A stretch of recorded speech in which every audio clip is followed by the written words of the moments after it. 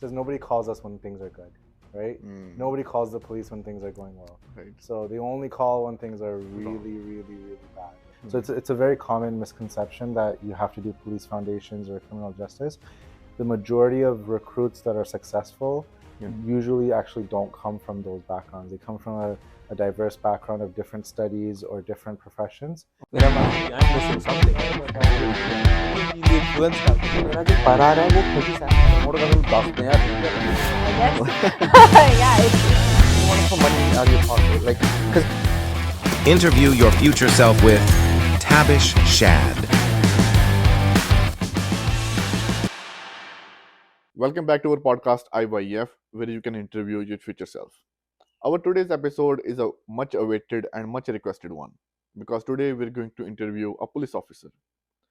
This interview will answer most of your questions on how to become a police officer. So it's my honor to introduce you all to our today's guest, Mr. Taha Ali, who has been working with Toronto Police for a long time now. And I'm proud to say that Mr. Taha Ali is also an imam at Brampton Islamic Center. So just a side note that we'll have an exclusive religious talk with him in a separate part that I'll post later. So without any further delay, let us begin with. So welcome to our podcast, and we really appreciate you taking your time today. I was really looking forward to this day. So today we have a list of questions that we want to ask you as your career being a police officer. Right. And I want to tell you that I have collected these questions from aspiring individuals who look up to this career as their dream job. Very good. Right? Yeah. So, Tahasar, before we get into the questions, we want to know about your journey, about your background. Can you tell us about your background, please? Sure. So, like you said, my name's Taha Ali. Currently, I work for the Toronto Police Service. Yeah. I'm ranked as a detective constable right now, so it's a slightly different role than what normally you see as policing in uniform and all of that. I've done this for about 4 years now. And so majority of my career was spent in the front line doing uniform, emergency calls, these kinds of things. Okay. Recently, I've moved into a more investigative role. So investigating crimes, laying charges, following up on cases, this kind of thing. Okay. My journey towards policing began very long ago. I remember as a child, it was the one thing that, when you ask, what do you want to be when you grow up? It was, I want to be a police officer. I want to be a police officer. I want to be a police officer. So when I went to university, my choice was to study in criminal justice. I went to the University of Guelph Humber. So I did a joint program where I did criminal justice at the Guelph University and justice services or restorative justice services from the Humber College side. Okay. So it was a 4-year program. I graduated with both a bachelor's degree as well as a college diploma. I worked in security for a number of years, both during university and then for a couple of years after university. I worked in hospitals, I worked in universities, just in retail, any experience that I could get my hands on. And then around 2019, I began my process with the Toronto Police. And after a few months of going through the process, which I'm sure we'll get into a little bit later, I was hired in August of 2019 with the Toronto Police. That's great. Yeah. Okay. Tahasar, you mentioned that you moved into a different line, that is as being a detective. Yes. Right. Is it some kind of promotion that you get after a certain number of years? Not necessarily. So a promotion in the policing ranks would be to go to a level of a sergeant. Okay. But as a constable, as a regular police officer, there are hundreds of careers within that one rank. Right. So a police constable on the road who's in uniform, we refer to them as a police constable. They can move into an investigative role. They're referred to as a detective constable. I see. You can go into the tactical unit. You can work in the marine unit, traffic services, community services. So within the rank of constable, there's hundreds of careers that you can get into within that rank. Even for myself in the 4 years that I've been with the Toronto Police, majority of it has been in the front line as a police constable. However, I've had times that I've been able to work in a plainclothes unit doing more, investigative work. I've worked in our traffic services for a very short time. I worked in our community response unit for a short time. And then, like I said, my recent role of moving into an investigative unit. So there's plenty of Lines. lateral movement within that rank of Right. constable. So you get to choose them once you enter the field. Exactly. Once you pass your 1 year probation and you do, you've passed that basic probationary period, Right. it's an open sea for you of where you want to go within that rank. Okay. That's something great to know and something very new. Yeah. That's I see that you were very clear from a very early age that you want to become a police officer, and you actually became one. You fulfilled your dream, and that is not the case with most people. Yeah. Most of us tell that we want to become a police officer or maybe a pilot, but end up doing something different later in Yeah. life, right? And okay, this is the thing about international students that we see. Mostly in our life, we see that most of the police officers, they're born and brought up here. Mm-hmm. Very few are immigrants or who were international students previously, right? And I think the reason behind that is that we are not clear that how to become a police officer in Canada, right? So when we come to country, we opt a course that has nothing to do with becoming a police officer, and then we have to restart our journey with a new course. Yeah. What will you suggest? What course should they take in the first place so that which can help them to become a police officer? So the one thing about policing that's different than any other career is that there isn't an actual university or a college or a program that you would take that would lead you into that role. Okay. A lot of times we think of police foundations or criminal justice, law, these kinds of things. Yeah. The from the eyes of the police service that's hiring you, the way they look at it is that they're already going to teach you all of those things. You're going to go through a 6-month training process to learn the laws, to learn how to enforce laws, to learn the criminal code, etc. What are you bringing to the table that they're not teaching you? So in my class, we had about 120 recruits when I got hired. Very few of them came from where I came from, which was security, criminal justice, etc. Yes. There was one individual in my class, he was a pastor. Another one who was a mental health worker. Somebody else who did construction. Somebody else who owned their own business. Right. And even age-wise, some of them were in their early 20s like me when I got hired. Some of them were as old as 50, 55. Wow. So with policing, and I always tell this to new students that I speak to, because that's a question that I get a lot. Yeah. That I'm in, let's say, business or marketing or HR or computer sciences, whatever career may be. And now I want to become a police officer. Does it mean I have to go back to school? Yeah. Absolutely not. Okay. Whatever you choose, the main thing is that you have to articulate to the police service of how your skills are going to benefit that organization and in turn benefit the community. Right. So if you have, let's say, a business background, you're good with money, you're good with customer service, you're good with paperwork, for example. These are all things that the police service needs, right? Somebody comes from an IT background, right? Technology is growing, and for law enforcement, we need that technology to grow with us. That's right. So how can your skills then be used within the police service? So it's a very common misconception that you have to do police foundations or criminal justice.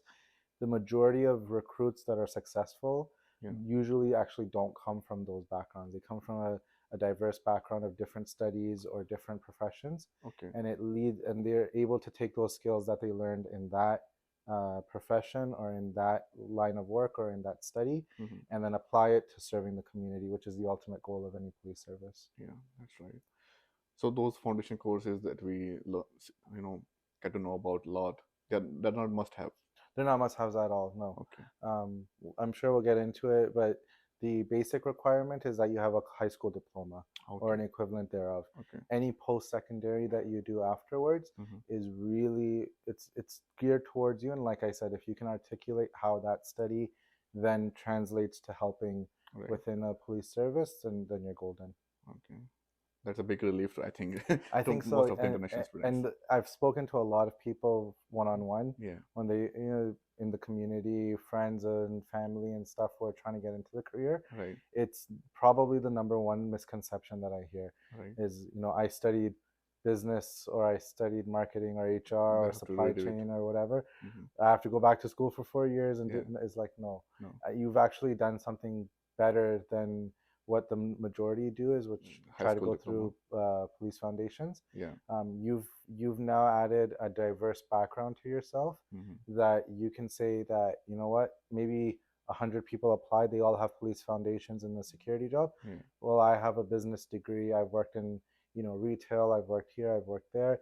You stand out from the crowd when you do that. So it's a career that's open to any background or any field of study that you can come from. Okay, that's awesome. Taha sir, you mentioned that you were working as a security personnel prior to this. Yeah. And you also worked as a security personnel at York University. Yes. How will you say that how it helped you to become a police officer? So again, I think the main misconception that a lot of times people have when you come from a security background is that you then say, well, it's similar to policing. So, you wear a uniform here, you wear a uniform there, you're enforcing rules here, you're enforcing laws there. Right. The one thing that helped me when I went in for my interviews and so on and so forth with the police department and showing that my security background actually helps, the main thing was dealing with people. So being in a role that I am interacting with the public, I'm dealing with, very different people, sometimes students, sometimes, people that are, underhoused or transient living on the property, sometimes, staff members, sometimes, when I worked in the hospital, sometimes it's patients, sometimes it's nurses, sometimes it's visitors. So dealing with a diverse background of people and learning how to interact with people, speak to people, de-escalate situations, learning how to handle a situation without resorting to violence, without letting it escalate to those things. That was the one thing that really stood out and helped me in my career when I was working in security and translated over to being in a policing role, was really a customer service approach, right? Learning how to deal with people in the way that you would want your family dealt with if they were interacting with the police. Right.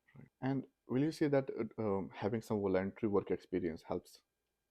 So voluntary is almost, it's short of being a necessity when it comes to applying to police. I've never seen somebody who didn't have a volunteer background get hired with the police department. That's my personal experience. Of the thousands of police officers that I see on a day-to-day basis, and even before I got into the career when I was looking to get in, the one thing that I was always told was you have to have a volunteer background. The reason is because the job of a police officer is to serve the public.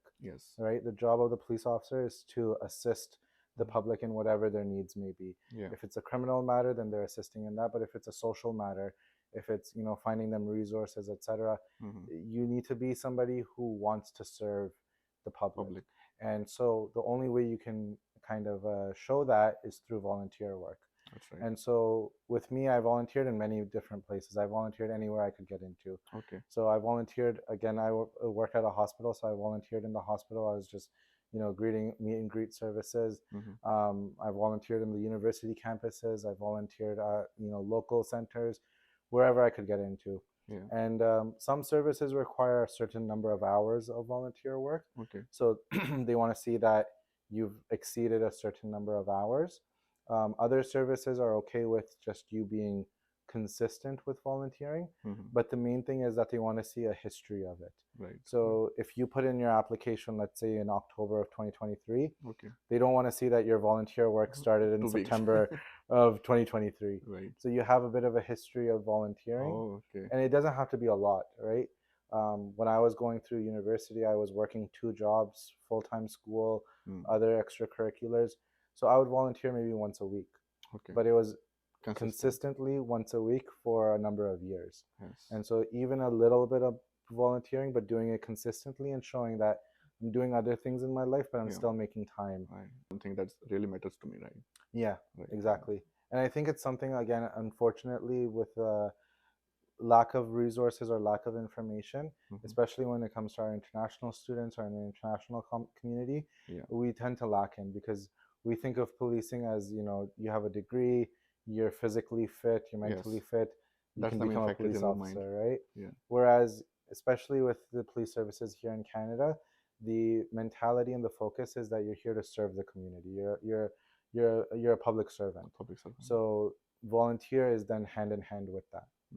So, Taha sir, what are the actual requirements to become a police officer? So the basic requirements to become a police officer, number one, you have to be 18 years of age or older. There's no cap on the age, so you can be right up until the age of Retirement, of course, it becomes harder. Yeah. The older, at a certain age, it becomes a little bit more difficult.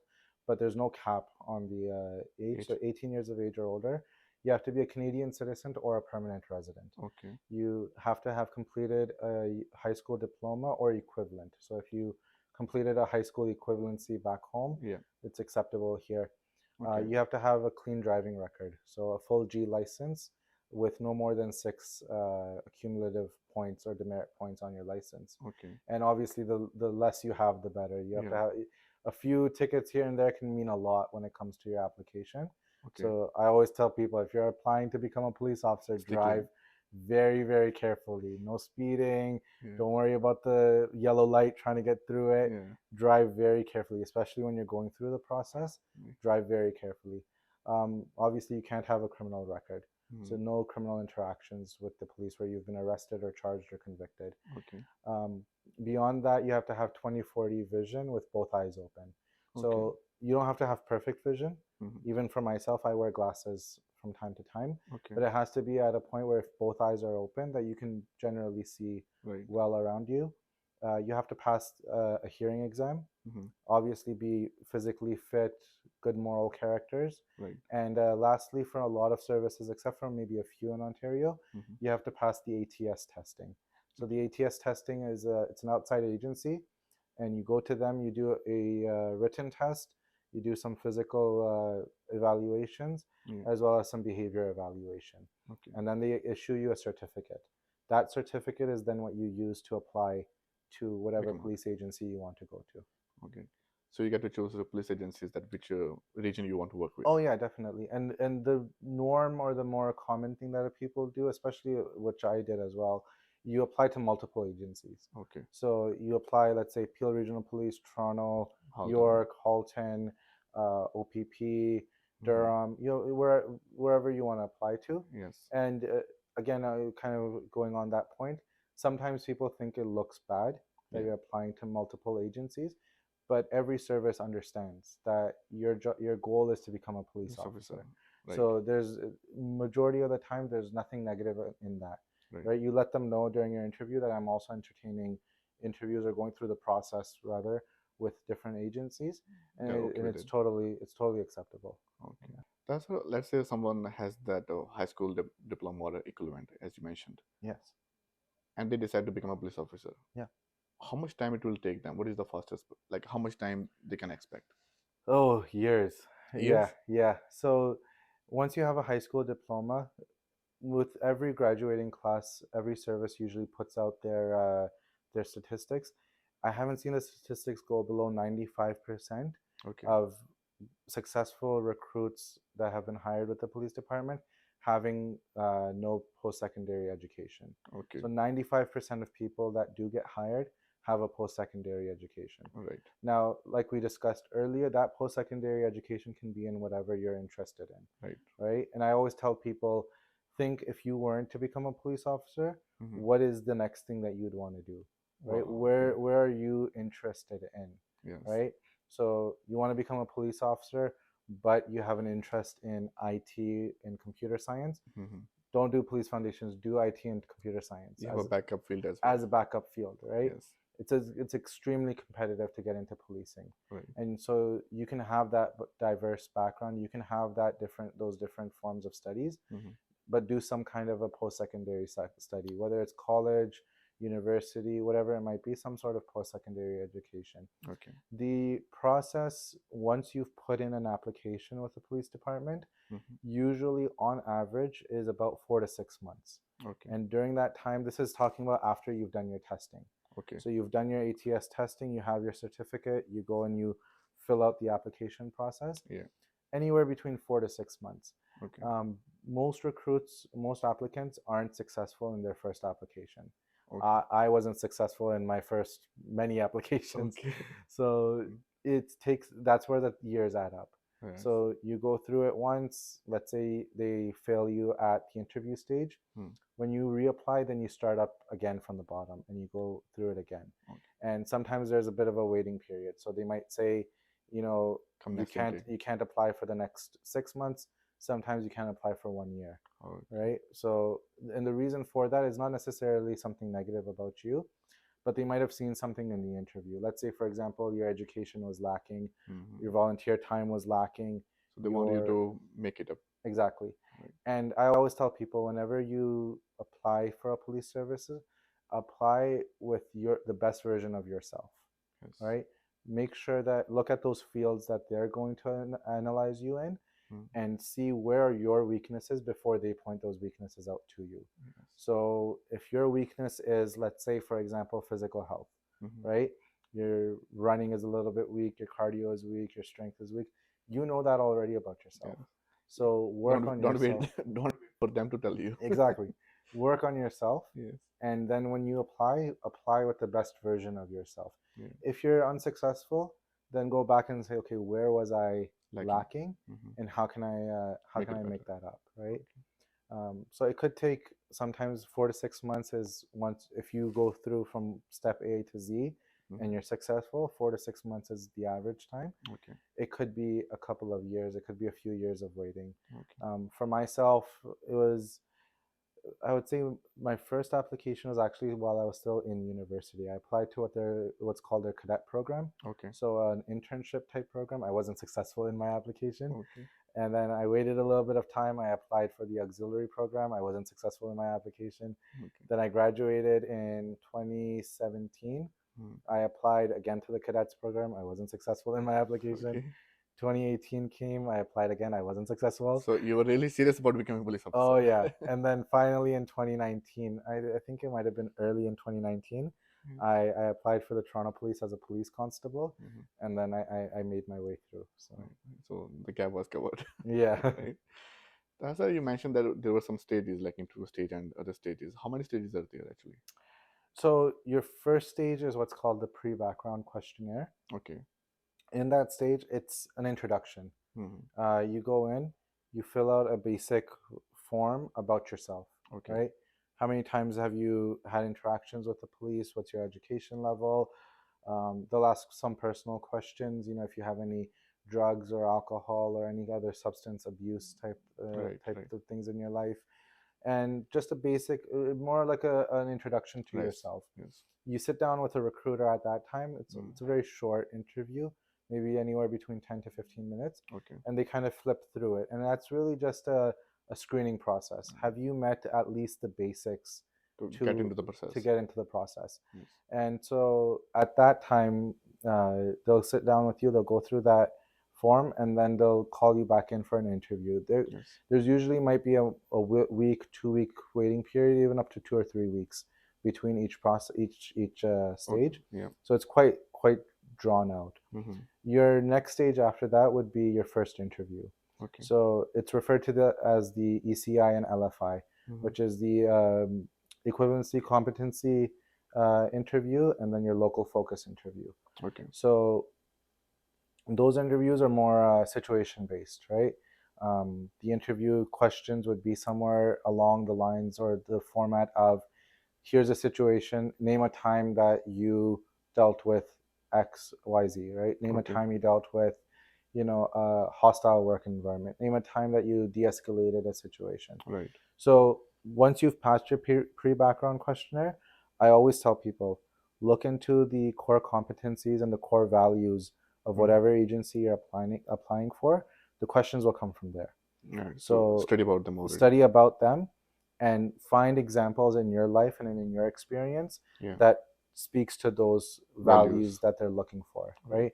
They're looking for accountability. They're looking for trustworthiness. They're looking for honesty. Find examples in your life where you demonstrated those qualities, because the questions are going to be those. Right. It's going to be situation based. Name a time that X, Y, Z happened. This interview, there's some services do them as two separate interviews. So the ECI one day, LFI another day. Yeah. Some services do them together. Toronto Police, when I applied, they did them on the same day. Okay. So you sit in an interview, it's a couple of hours, and then they give you a 15-20 minute break. They come back and tell you if you were successful in the first interview. Then you go to the last. Then you go to the second one. If you weren't, then they say, you know what, I'm sorry, Yeah. you won't be moving on today. Your second interview you go in for, it's another maybe hour, 45 minutes, could even be an hour and a half, depending on the questions. Yeah. Once you pass that, that's when your background investigation begins. Okay. So that's the third step, is a background investigation. Mhm. They're going to ask for all of your family contact, neighbors, work-related contact, and personal contacts. Oh, okay. And the people who are doing these are trained investigators.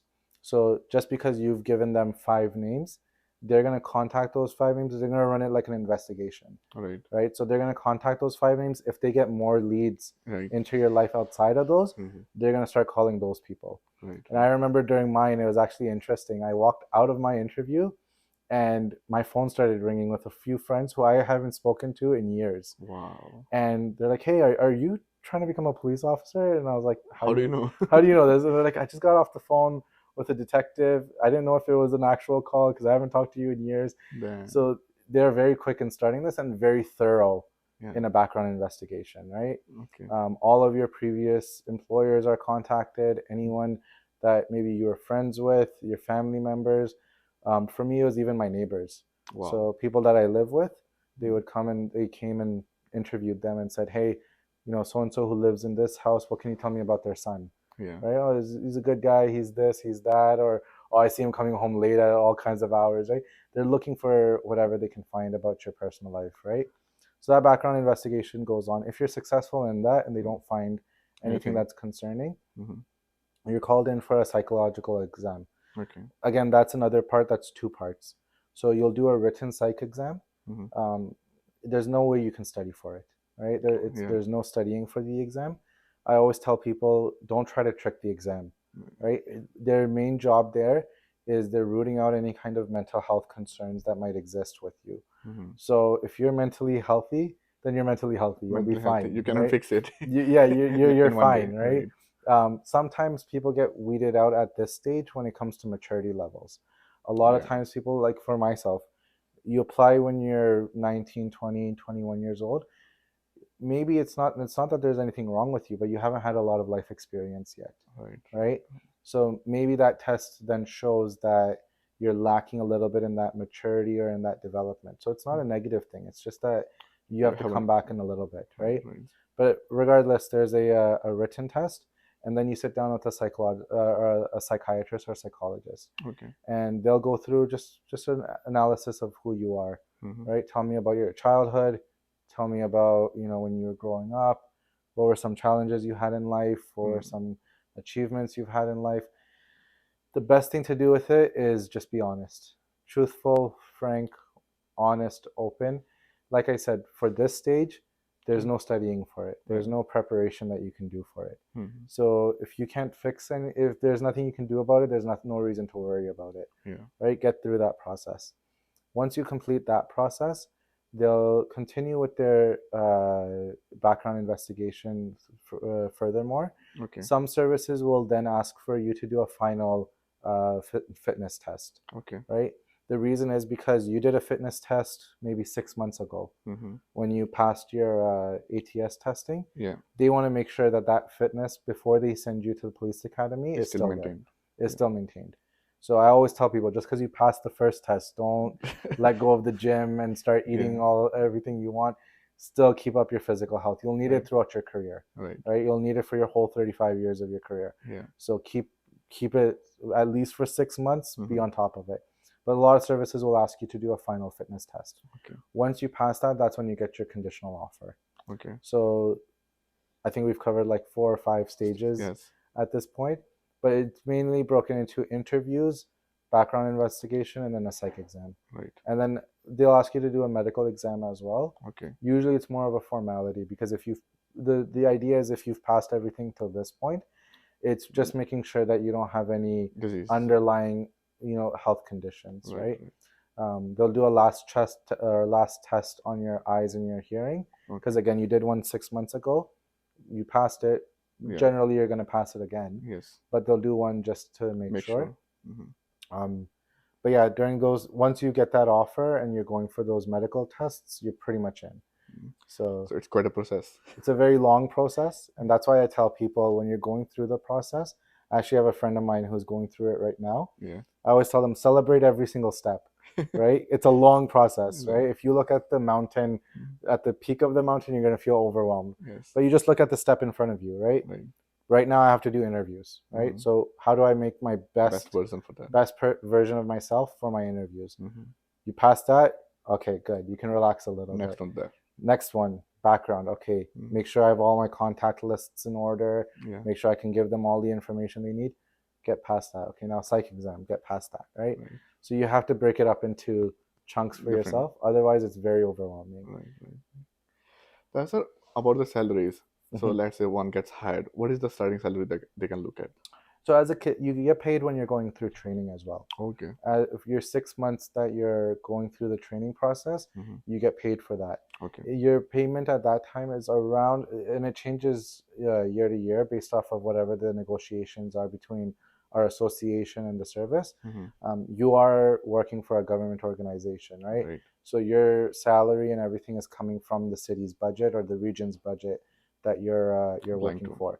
So it might vary, from one time period to another. Yeah. However, generally speaking, you're looking around $50,000 to $60,000 when you start as just a cadet. Okay. You're 6 months as a cadet, around 50,000 to 60,000. Okay. Once you get hired on, Mhm. you have 4 stages that you go through. So you're a fourth class constable, third class, second class, and first class. Okay. Each jump is about $10,000 to $15,000 of a jump. Okay. So you'll come in at 75,000, Mhm. you'll jump up to 85, 95, and then around 105. 105, 110 is when Okay. you're a first class constable. Okay. When it comes to the policing salary, that's just your base pay. Mhm. And all the overtime that you do, which you'll do a lot of overtime as a police Right. officer, all your overtime, your court pay, extra duties that you take on, extra shifts that you cover, etc. All of that adds up on top of it. Right. So you can make as much as you want when it comes towards your extra salary, but these are the base salaries that you go That through. are already there. Yeah, and of course, as with any government job, you have a very competitive benefits package. That's right. That's right. And you mentioned that there are 4 stages of being a police constable, Yes. and with 15,000 each jump. How much is the time gap between those gaps? Usually it's about a year. Okay, Yeah. a year for another level. Yeah. So you'll go through your probationary year when you Mhm. start on. Yeah. You're a fourth class constable. Then you jump up to third class. One more year, you jump up to second class. One more year, you jump up to first class. First class. So you're looking at anywhere between 3 to 4 years from when you get hired to when you make first class constable. Okay. And what is the future after first class constable? So the promotional process then begins if you want to take your career that way. Okay. A lot of police officers and a majority of police officers actually spend their whole career at the level of a constable. Okay. Like we discussed earlier, Mhm. within that you have hundreds of careers that you can get into. As Right. a regular first class constable, whether you want to go into investigative work, if you want to go into tactical work, if you want to go into community work, traffic services, frontline, whatever it might be, Yeah.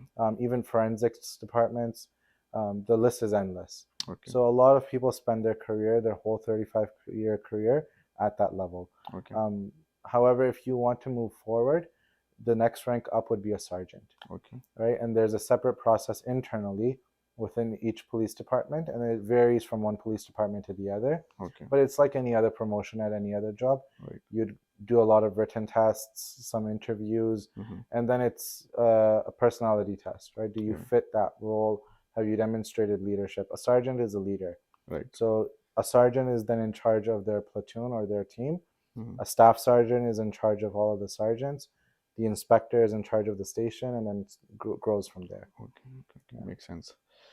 So you mentioned that with the basic pay that you can do all the over duties that you get assigned to, Mhm. and I see from that you get a lot of overtime as well. Yes. How do you manage your personal and professional life? Are you able to balance it? You have to have a very understanding personal life, right? And what I mean when I say that is if you're married or if you have parents, whoever you have in your life, Family, yeah. your family, even your friends, Mhm. they have to be very understanding of the fact that Yeah. you don't work in a job where you can close the computer and come back tomorrow, Yes. right? If you're in a situation, if you're dealing with a situation, that's it, right? You're the one that's there, Right. right? So that's one thing that a lot of times when it comes to new recruits or people who are applying, it's the one thing that I tell them to look into. What is the structure that you have at home? What are the support networks that you have in your own life? Yeah. And will this type of a lifestyle be fitting towards that? Right. I was talking to a recent individual who wanted to apply to policing, and his one question was always, how do I get into a Monday to Friday role? Yeah. Right? At what point do I stop working night shift? Yeah. Right? And I was like, there's guys who have been on the job 20 years, 25 years, 30 years, they're still working doing. night shift. Yes. So you're going to work night shift, right? Yes. You're a police officer. Your job is to help the community, and unfortunately, crime doesn't have a Monday to Friday schedule. 9 to 5 schedule.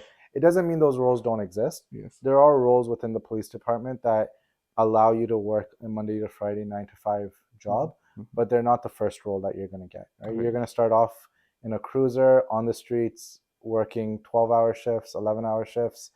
You're going to work a lot of overtime. You're going to be tired at the end of those shifts. So you have to make sure that that support network at home is very understanding of the fact that this is the type of line of work that you've gotten into. Right? Now, moving on from that, the big thing for any person who's considering this as a career is that it's a very long career, right? Usually 30, 35-year long career. Yeah. You want to make sure you're healthy at the end of that career. Yes. So you have to then make time for yourself. Yeah. Right? Take time to exercise, take time to get your sleep, eat properly, have time where you're just free time, right? Turn off your phone, turn off, the work stuff, meet with friends who aren't police officers, right? Kind of get out of that lifestyle, because it's very easy to get sucked into it where it becomes your only life. Right. You can have a burnout. Yeah, it's very important that you find balance in your own life. Right. And that you make that a priority, because it's a very long career, right? And at the end of the day, your children, your wife, your parents, your family, they're number one, right? That's right. They were there for you before the career. They're going to be there for you after the career. That's right. So you have to make sure you maintain those relationships as well. And it's not easy to do, but it takes a lot of understanding from your home network, and it takes a lot of work on your end to learn how to kind of draw certain lines, right? That's what I just concluded a very beautiful understanding of this, that you have to sit with your spouse and your children, or maybe with your parents as well, before you opt for this career. Yes. That are you ready for it? Yeah. These are going to be the outcomes. Yeah. And we see a fact, I was studying this research, that the highest divorce rates are among police officers. They are, yes. Is it true? I've seen the same studies. Yeah. And I've seen it in what I see, working with the guys that I work with. Yeah. It's very true, unfortunately. And what is the reason with that?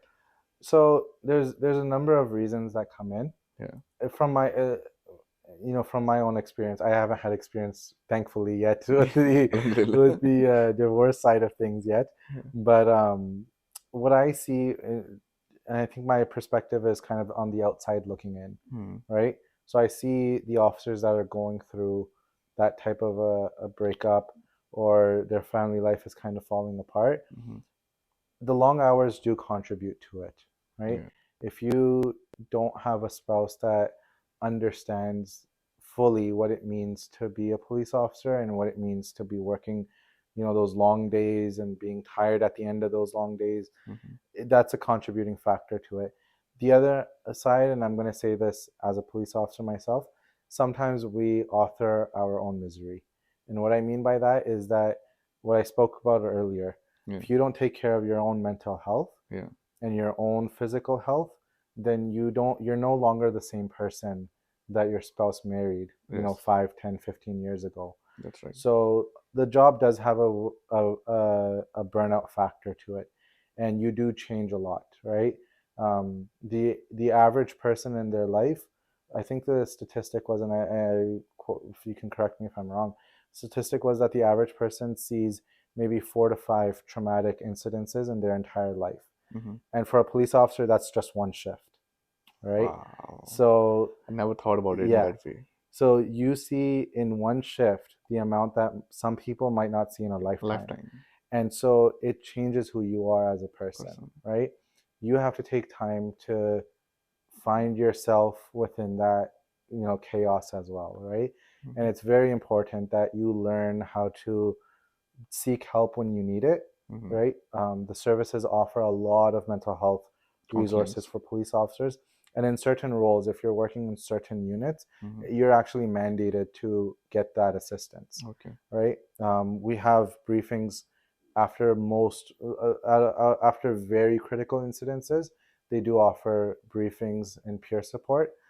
Unfortunately, the culture with policing used to be, and it's changing now for the better, it used to be a very alpha male, strong personality. So you don't ask for help, right? As a police officer, you're somebody who's helping others. So your whole day, your whole life, your whole career is, how do I help that person? That person has an issue, how do I help them? And you forget to say, well, how do I ask for help for myself, right?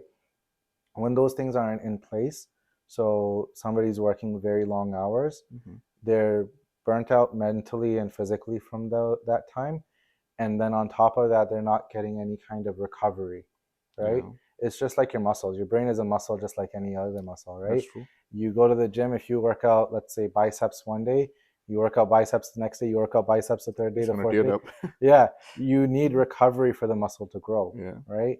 And your brain is the same way. You need recovery for it to grow so that you can handle those stressors, so that you can handle those situations that you're going to. Yeah. So it's twofold, right? If you don't have somebody at home that understands, and a lot of people, it's difficult for them to really get on board with that type of a lifestyle and schedule, and not knowing where their spouse is, not knowing what time they're going to be home. You make family plans. It happens with me all the time, right? You make certain family plans, and then you have to call and say, actually, I'm not going to be home for 4 hours, 5 hours, 6 hours. Wow. You have to go either by yourself, or We have to postpone it. we have to postpone it, right? So it is taxing, but the main thing that you need to look into is taking care of yourself and having open communication with whoever you speak with, or whoever is in that life with you. And specifically, if we're talking about divorce rates, and it's your spouse, right? You need to be in an open communication with them, right? This conversation is I'm just having a different kind of respect for police officers now. Okay, that's great. That's about coming back to the compensation part. Do you see yourself getting proper retirement at the end of the career? Oh, definitely, yes. Okay. Like I spoke about earlier, the benefits package, which includes a pension, which includes benefits after you retire, and etc. They're very competitive.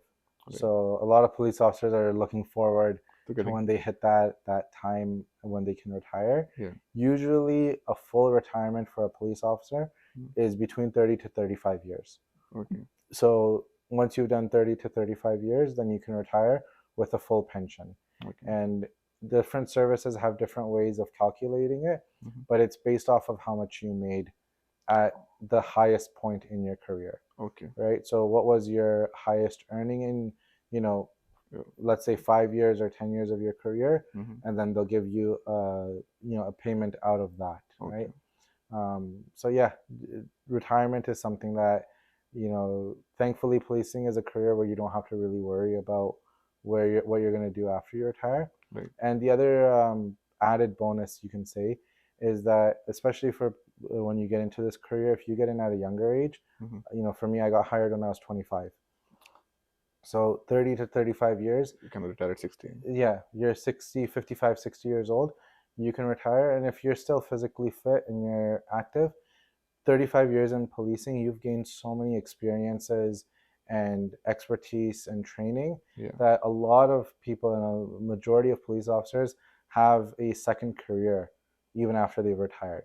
So they'll retire and then they'll take a job in the private sector, let's say consulting for security, or they'll take a job, doing private investigation, whatever it might be, right? 35 years in policing, you gain a lot of experience, a lot of education, a lot of training. And so that makes you, if you feel that you're able to still work and you want to make a supplemental income, then you have a lot of skills and experiences that can continue even after that. Open more ways. Yeah. Great. Thank you for joining us today. Share it with your friends and subscribe to our channel because we'll keep bringing interviews with experts in your field to boost your career growth. See you all on the top.